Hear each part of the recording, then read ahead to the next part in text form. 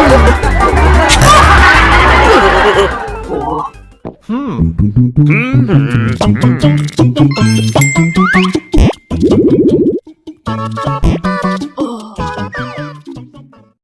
प्यारे बच्चों, आज के इस वीडियो लेक्चर में हम हाइड्रोकार्बन तथा उसके नामकरण के बारे में पढ़ेंगे और उसका संरचना किस तरह से बनाया जाता है उसके बारे में भी हम पढ़ेंगे। तो ये जो टॉपिक होगा हमारे बोर्ड एग्जाम के लिए काफ़ी महत्वपूर्ण होगा। यहाँ से बहुत सारे क्वेश्चन पूछे जाते हैं। वो किन किन टाइप से क्वेश्चन पूछे जाते हैं हम आपको यहाँ पर बताएंगे। तो सबसे पहले आप हेडिंग दीजिए हाइड्रोकार्बन।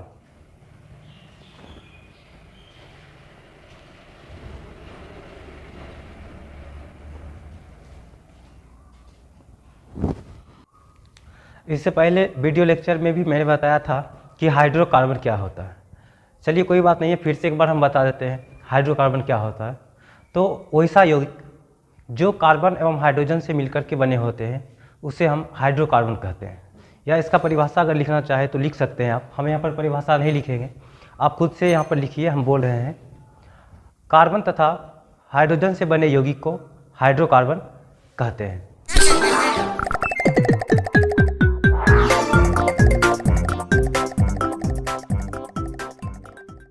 फॉर एग्जाम्पल लिखिए आप CH4 methane, C2H6 ethane, C2H4 ethene, C6H6 benzene etcetera. तो ये सभी क्या है, हाइड्रोकार्बन है। क्योंकि यहाँ पर देखिए आप जितने भी यौगिक यहाँ पर बने हुए हैं सब में कार्बन और हाइड्रोजन उपस्थित है। कार्बन और hydrogen, carbon hydrogen, carbon hydrogen, carbon और हाइड्रोजन। तो यहाँ पर आप देख पाए कि प्रत्येक यौगिक में कार्बन और हाइड्रोजन उपस्थित हैं। सिर्फ कार्बन और हाइड्रोजन उपस्थित है, इसलिए हम इसे हाइड्रोकार्बन कह सकते हैं। हाइड्रोकार्बन मुख्यतः 4 प्रकार के होते हैं।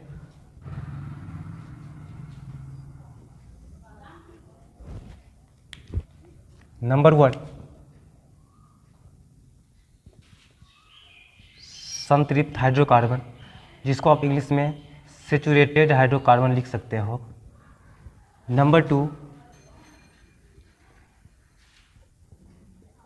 असंतृप्त hydrocarbon, unsaturated hydrocarbon. Number 3 alicyclic hydrocarbon,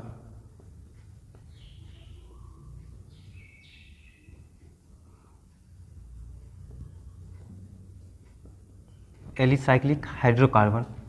और नंबर 4 एरोमेटिक हाइड्रोकार्बन।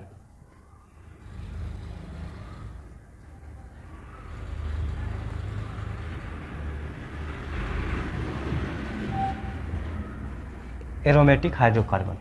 तो इस तरह से हाइड्रोकार्बन मुख्यतः 4 प्रकार के होते हैं। किसी किसी बुक में आपको सिर्फ 2 प्रकार का हाइड्रोकार्बन मिलेगा, संतृप्त हाइड्रोकार्बन और असंतृप्त हाइड्रोकार्बन।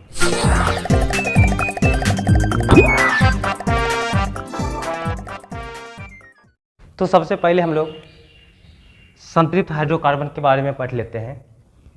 संतृप्त हाइड्रोकार्बन, सैचुरेटेड हाइड्रोकार्बन, वैसा हाइड्रोकार्बन जिसमें कार्बन की चारों संयोजकताएं सिंगल बॉन्ड के द्वारा जुड़ा हुआ हो, उसे संतृप्त हाइड्रोकार्बन कहते हैं।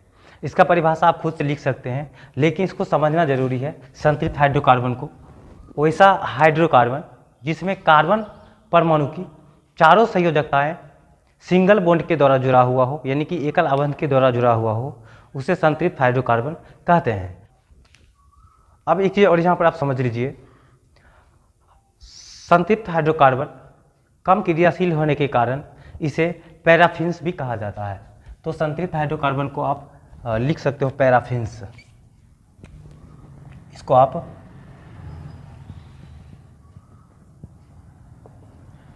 पैराफिन्स भी बोल सकते हो।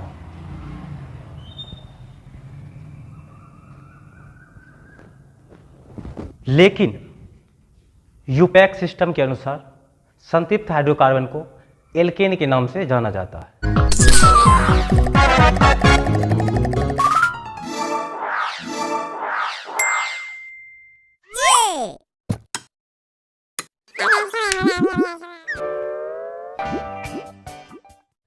तो अब हमें सबसे पहले एल्केन के बारे में पढ़ लेना चाहिए कि एल्केन क्या होता है, और एल्केन में जितने भी यौगिक आएंगे उन सभी का नामकरण भी हम सीखेंगे, किस तरह से उसका नामकरण किया जाता है और उसका संरचना सूत्र किस प्रकार से बनाया जाता है। अगर आपने अभी तक मेरे YouTube चैनल को सब्सक्राइब नहीं किए हैं तो सब्सक्राइब कर लीजिए, ताकि जितने भी वीडियो हम बनाएं सबसे पहले आप तक नोटिफिकेशन आ सके। तो इसलिए सबसे पहले आप मेरे चैनल को सब्सक्राइब कर लें। तो चलिए सबसे पहले हम लोग पढ़ते हैं एल्केन। एल्केन तो एल्केन में क्या होता है, अभी आपने तुरंत पढ़ा कि संतृप्त हाइड्रोकार्बन में कार्बन परमाणु की चारों संयोजकता सिंगल बॉन्ड के द्वारा जुड़ा होता है, यानी कि इसमें संतृप्त हाइड्रोकार्बन में कार्बन कार्बन परमाणु के बीच सिंगल बॉन्ड होता है। तो यहाँ पर हम लिख सकते हैं कार्बन कार्बन परमाणु के बीच सिंगल बॉन्ड।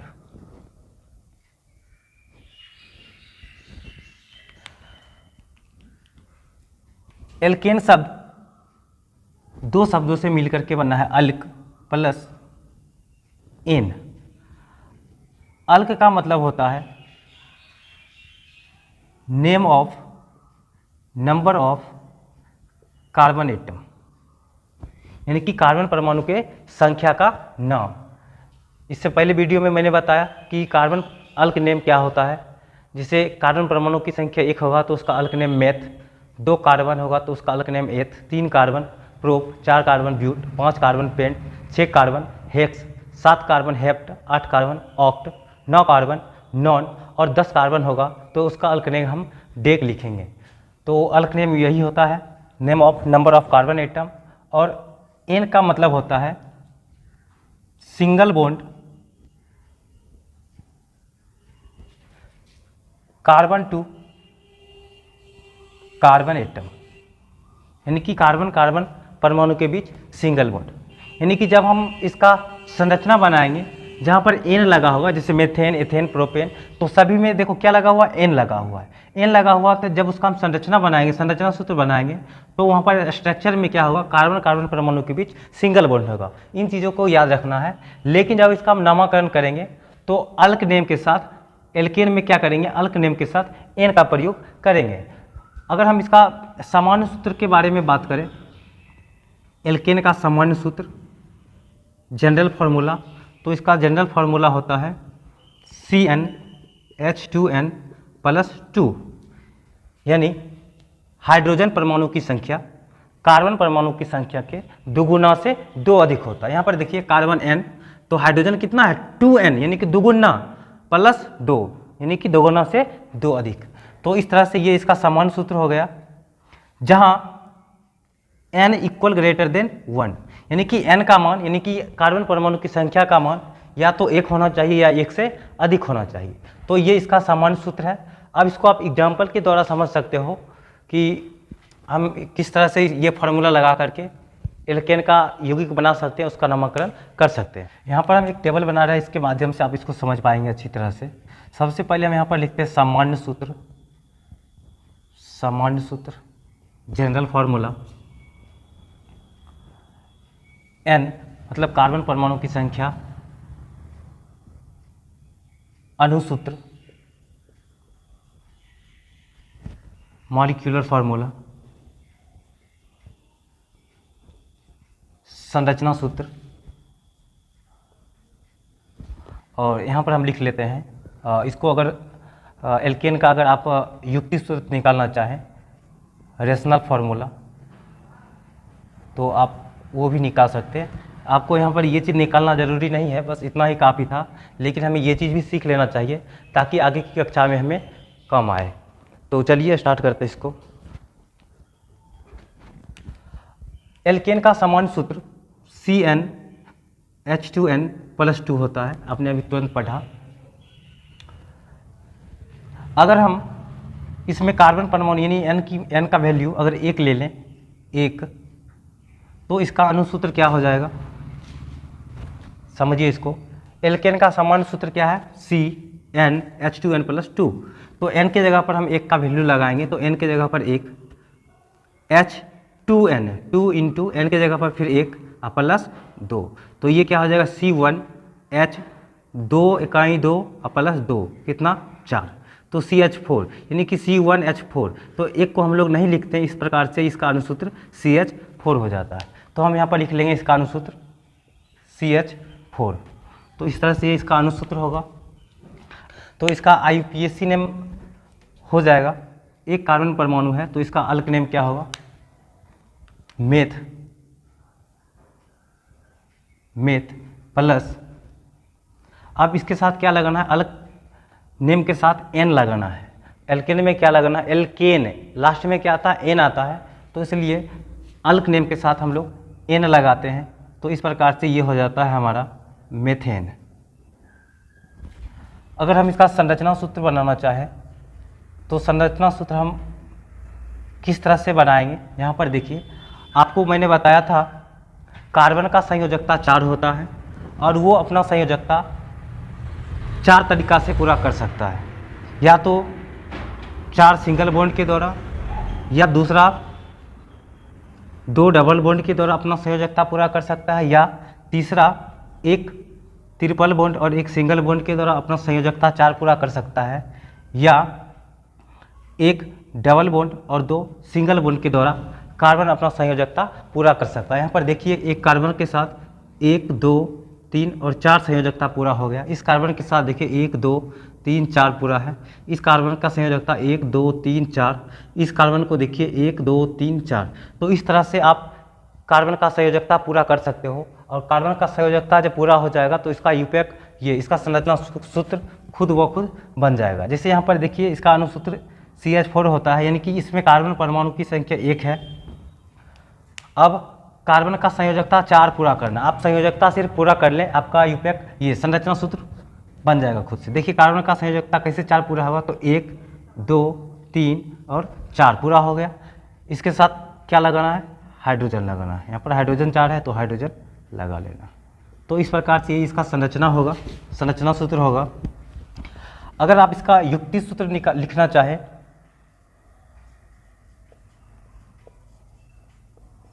युक्ति सूत्र, तो युक्ति सूत्र भी आप लिख सकते हैं। जिसे युक्ति सूत्र मैंने क्या बताया था आपको, संरचना सूत्र का जो संक्षिप्त रूप होता है उसी को हम लोग युक्ति सूत्र कहते हैं। तो यहाँ पर देखिए ये एक कार्बन के साथ 4 हाइड्रोजन है तो CH4, ये इसका युक्ति सूत्र भी होगा और इसका अनुसूत्र भी यही होता है। इसके बाद अगर हम n का मान 2 ले लें, कार्बन परमाणु की संख्या अगर हम 2 ले लें, तो इसका अनुसूत्र हो जाएगा C2H6। ये होगा क्यों, क्योंकि हाइड्रोजन परमाणु की संख्या, एल्केन में हाइड्रोजन परमाणु की संख्या कार्बन परमाणु की संख्या के दोगुना से 2 अधिक होता है। तो कार्बन 2 तो इसका दोगुना 4 और 2 अधिक तो 4 2 6, तो ये इसका संरचना, ये अनुसूत्र होगा। इसका अगर यूपैक नाम लिखे तो 2 कार्बन है, इसका अल्क नेम एथ प्लस, अल्क नेम के साथ क्या लगाना, एन लगाना, क्योंकि एल्केन है एन। तो इस प्रकार से ये हो जाएगा एथेन। इसका संरचना सूत्र हम कैसे बनाएंगे, तो देखिए यहाँ पर कार्बन परमाणु की संख्या 2 है, 1 2।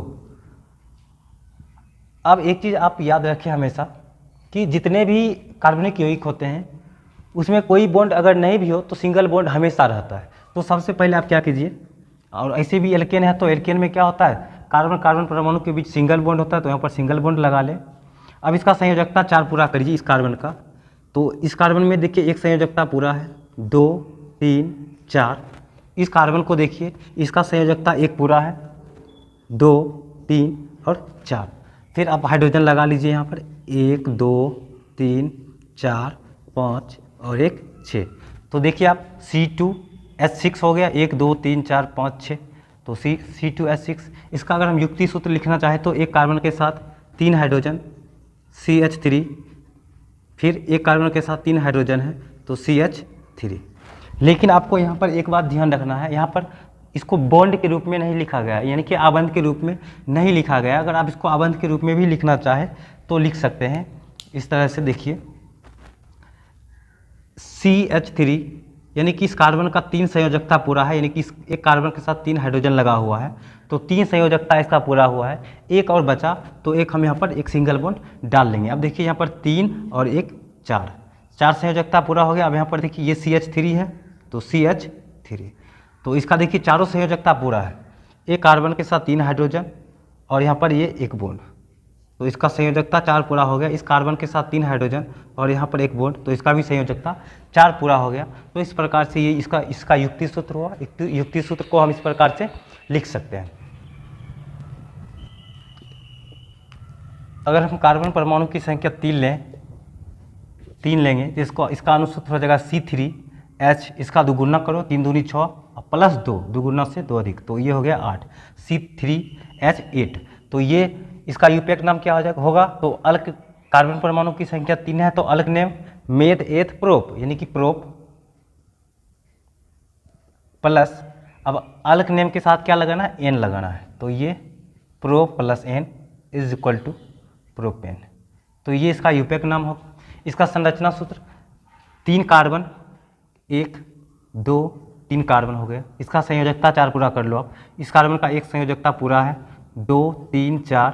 इस कार्बन को देखो, इसका 2 संयोजकता पूरा है 1 2 और एक 3 और एक 4। इस कार्बन को देखो, इसका एक संयोजकता पूरा है 2 3 4। अब यहाँ पर हाइड्रोजन आप लगा सकते हो। तो इस प्रकार से आप देखो यहाँ पर हाइड्रोजन की कुल संख्या 8 हो चुका है।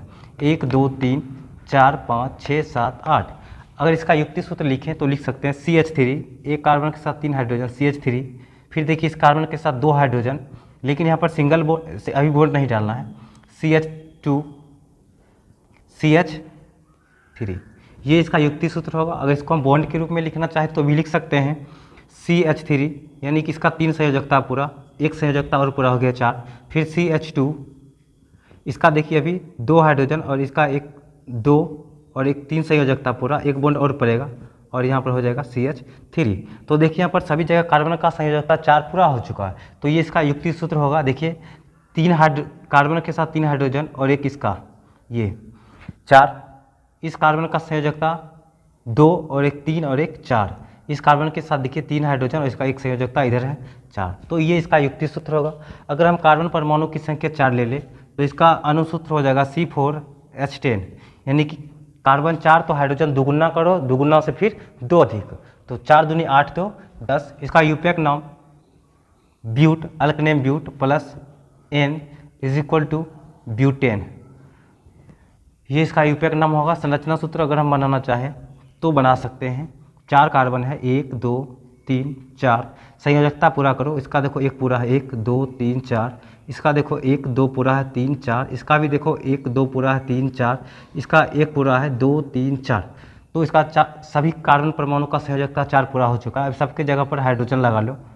जब हाइड्रोजन सभी जगह लगा लोगे तो जब इसको आप गिनोगे तो हाइड्रोजन परमाणु की संख्या टोटल 10 हो जाएगा। खुद पुर जाता है। आप सिर्फ कार्बन का संयोजकता 4 पूरा कर दीजिए, ये हाइड्रोजन खुद इसके साथ लग जाएगा। तो देखिए यहाँ पर हाइड्रोजन 1 2 3 4 5 6 7 8 9 10। इसका हम युक्ति सूत्र लिख सकते हैं CH3 CH2 CH2 CH3। तो इस प्रकार से होगा। इसको अगर बॉन्ड के रूप में लिखना चाहे तो CH3, इसका 3 संयोजकता पूरा है, एक और हो गया पूरा 4, CH2 2 1 3 और एक 4, CH2 2 1 3 और एक 4, CH3 3 और एक 4। तो इस प्रकार से हम इसका युक्ति सूत्र भी लिख सकते हैं।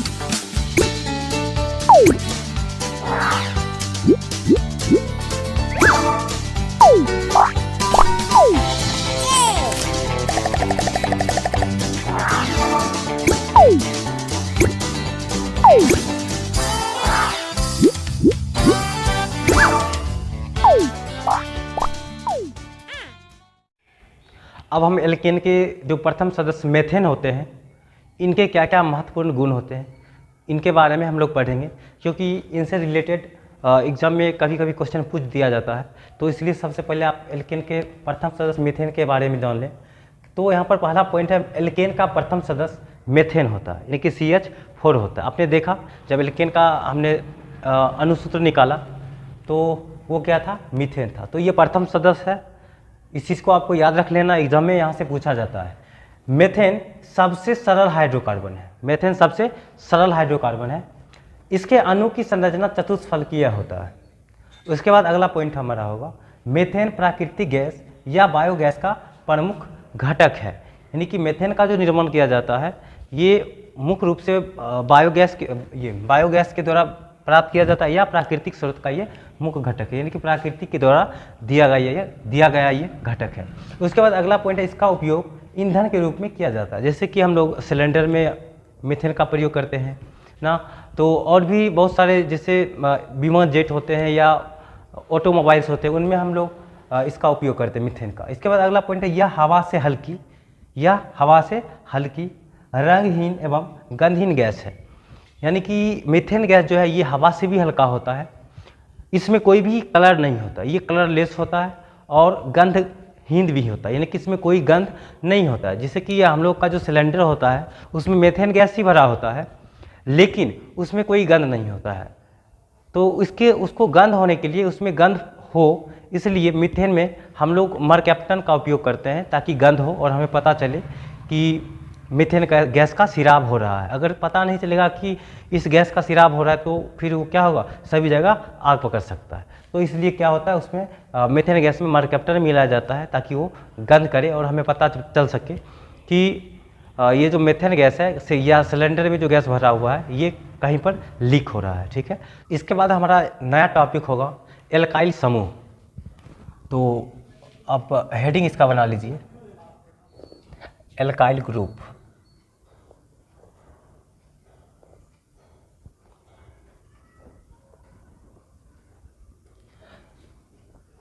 एल्काइल ग्रुप क्या होता है इसको समझिए। जब एल्केन से एक हाइड्रोजन परमाणु विस्थापित कर दिया जाता है, यानी कि उससे एक हाइड्रोजन परमाणु निकाल दिया जाता है, तो एल्काइल समूह का निर्माण होता है। फॉर एग्जांपल, जैसे आप एल्केन का फॉर्मूला देखा, CnH2n+2 होता है। जब इससे एक हाइड्रोजन परमाणु विस्थापित कर लेंगे, यानी कि माइनस कर लेंगे, तो इसका सूत्र हो जाएगा CnH2n+2 +1। इसमें देखिए क्या था, +2 था, लेकिन एक हाइड्रोजन यहाँ से माइनस हुआ तो ये हो गया +1। तो इस प्रकार से ये जो फार्मूला बना हमारा, ये फार्मूला बना एल्काइल का। तो एल्काइल का सिंपल फार्मूला,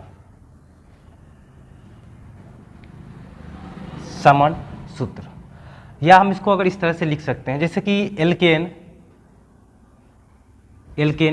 तो एल्केन में मूल शब्द के बाद या अल्क नेम के बाद क्या लगाते थे, एन लगाते थे। लेकिन यहाँ पर क्या होगा, एल्केन में से जब एक हाइड्रोजन परमाणु विस्थापित होगा तो एन भी क्या होगा, यहाँ से उसके जगह पर क्या लगेगा, तो प्लस में YL, यानी कि एल्काइल लग जाएगा। तो इस प्रकार से ये बन जाएगा हमारा एल्काइल। तो आपको समझ आ गया होगा, एल्केन से जब एक हाइड्रोजन परमाणु विस्थापित हो गया तो हमारा जो फार्मूला बना वो एल्काइल का फार्मूला बना, समान सूत्र बना। एल्केन में क्या होता था, एल्केन में अल्क के साथ एन लगा होता था, लेकिन जब एक हाइड्रोजन परमाणु वहाँ से हटेगा, विस्थापित होगा, तो एन भी वहाँ से विस्थापित होगा और उसके जगह पर क्या लगेगा, आइल लगेगा। तो इस प्रकार से हमारा एल्काइल का निर्माण हो जाता है। अब एक चीज़ आप ध्यान रखेंगे, एल्काइल समूह को यानी कि एल्काइल ग्रुप को हम लोग R से रिप्रेजेंट करते हैं, यानी कि R से सूचित करते हैं। कहीं पर भी अगर R आपको मिले इस तरह से केमिस्ट्री में, तो आप समझ जाइएगा कि वहाँ पर एल्काइल की बात हो रही है। एल्काइल यानी कि R की जगह पर कुछ भी हो सकता है। वो क्या क्या हो सकता है आप यहाँ पर देखेंगे। आपके सामने हम एक टेबल बना रहे हैं, उस टेबल से आप इसको अच्छी तरह से समझ पाएंगे। जैसे एल्केन, तो एल्केन का पहला सदस्य कौन था, मीथेन था। तो चलो हमने मीथेन ले लिया। अब यहाँ से क्या करना है, रिमूव 1 हाइड्रोजन परमाणु, यानी कि हाइड्रोजन एटम। यानी कि यहाँ से क्या करेंगे, एल्केन से एक हाइड्रोजन परमाणु को विस्थापित कर लेंगे, तो जो हमारा फार्मूला बनेगा वो फार्मूला बनेगा एल्काइल का बनेगा। फिर इसका जब हम नाम लिखना अगर चाहें, यूपैक नाम लिखना चाहे तो वो भी लिख सकते हैं। फिर इसको अगर हम संरचना बनाना चाहें तो हम इसका संरचना बना सकते हैं। तो यहाँ पर एल्केन का प्रथम सदस्य मेथेन है। तो यहाँ पर क्या करेंगे, एक हाइड्रोजन को हमने क्या किया, रिमूव कर लिया, मतलब हटा लिया, विस्थापित कर लिया। तो इस प्रकार से यहाँ पर क्या बचेगा, CH3। तो इस तरह से ये CH3 बन गया, यानी कि एल्काइल बन गया। एल्काइल का ये अणुसूत्र हो गया, एल्काइल का अणुसूत्र। जब इसका नाम हम अगर लिखना चाहे तो लिख सकते हैं। एक कार्बन है तो एक कार्बन के लिए अल्कनेम मेथ प्लस, अब यहाँ से क्या होगा, एन हटेगा, एल्केन से एन हटेगा और यहाँ पर क्या लगेगा, YL, यानी कि अल्काइल। तो इस प्रकार से ये हो गया मिथाइल। मिथाइल बोल सकते हो या मेथाइल बोल सकते हो, कुछ भी बोल सकते हो। इसका अगर संरचना बनाना चाहे तो एक कार्बन के साथ 3 हाइड्रोजन है, तो 1 2 3 और एक जो है इसका ये एक इसका संयोजकता खाली रहता है, ये किसी अन्य यौगिक के साथ ये जुटता है, वहाँ पर जुट करके ये नया यौगिक का निर्माण करता है। इसलिए हम इसको ग्रुप कहते हैं। क्या कहते हैं, इसको ग्रुप कहते हैं। ये ग्रुप के रूप में कहीं पर ये जुटता है, इसलिए इसका एक ये जो वैलेंसी होता है वो खाली होता है जुड़ने के लिए। इसके बाद अगर हम दूसरा एल्केन का दूसरा सदस्य C2H6 यानी कि एथेन को ले और यहाँ से हम एक हाइड्रोजन परमाणु को विस्थापित कर ले, माइनस कर ले, तो इसका फार्मूला हो जाएगा C2H5। अगर इसका हम यूपैक नाम लिखना चाहे तो 2 कार्बन परमाणु है, अल्कनेम एथ प्लस YL, एथाइल। इस प्रकार से ये क्या बनेगा, एथाइल। अगर इसका हम संरचना सूत्र बनाना चाहे तो एक कार्बन 2 कार्बन है तो 2 कार्बन लिख लीजिए सिंगल बॉन्ड के साथ, क्योंकि ये जो एल्काइल ग्रुप आता है ये भी एल्केन के अंतर्गत ही आता है। इसमें भी जितने कार्बन का जितना भी संयोजकता होता है वो सभी क्या होता है, सिंगल बॉन्ड होता है, यानी कि सिंगल बॉन्ड के साथ जुड़ा होता है। तो एक कार्बन के साथ कार्बन के बीच क्या लगाएंगे, सिंगल बॉन्ड लगा दिए। 5 हाइड्रोजन है तो इसका संयोजकता पूरा कीजिए, 1 2 3 और 1 4। इस कार्बन को देखिए 1 2 3, एक तो खाली रह जाता है ये किसी के साथ जुड़ने के लिए, तो यहाँ पर हाइड्रोजन आप लगा लीजिए। तो इस तरह से इसका संरचना सूत्र होगा। या इसका आप युक्ति सूत्र लिखना चाहे तो लिख सकते हैं CH3 सिंगल बॉन्ड CH, इसके साथ 2 हाइड्रोजन है तो CH2 और एक ये खाली रहेगा किसी के साथ जुड़ने के लिए। इसके बाद एक और एग्जांपल हम ले लेते हैं। एल्केन का तीसरा सदस्य C3H8, यहाँ से जब एक हाइड्रोजन विस्थापित होगा, रिमूव होगा, तो ये हो जाएगा C3H, एक माइनस होगा तो ये हो जाएगा 7।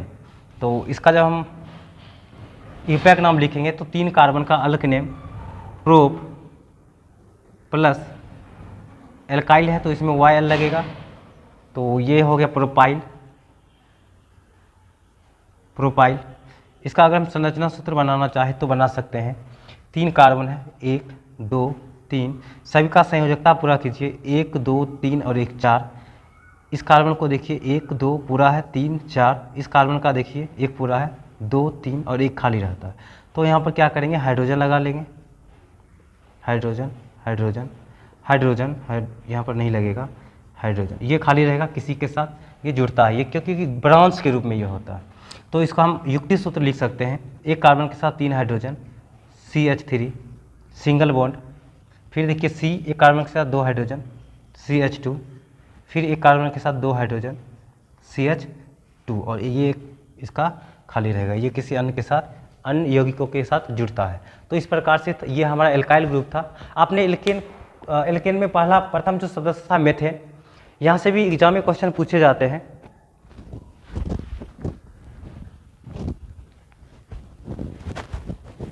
कि प्रयोगशाला में मीथेन गैस किस प्रकार से बनाया जाता है। तो इसका जो अगला वीडियो होगा, अगला पार्ट होगा, उसमें हम प्रयोगशाला में मीथेन गैस बनाने का क्रियाविधि को बताएंगे। तो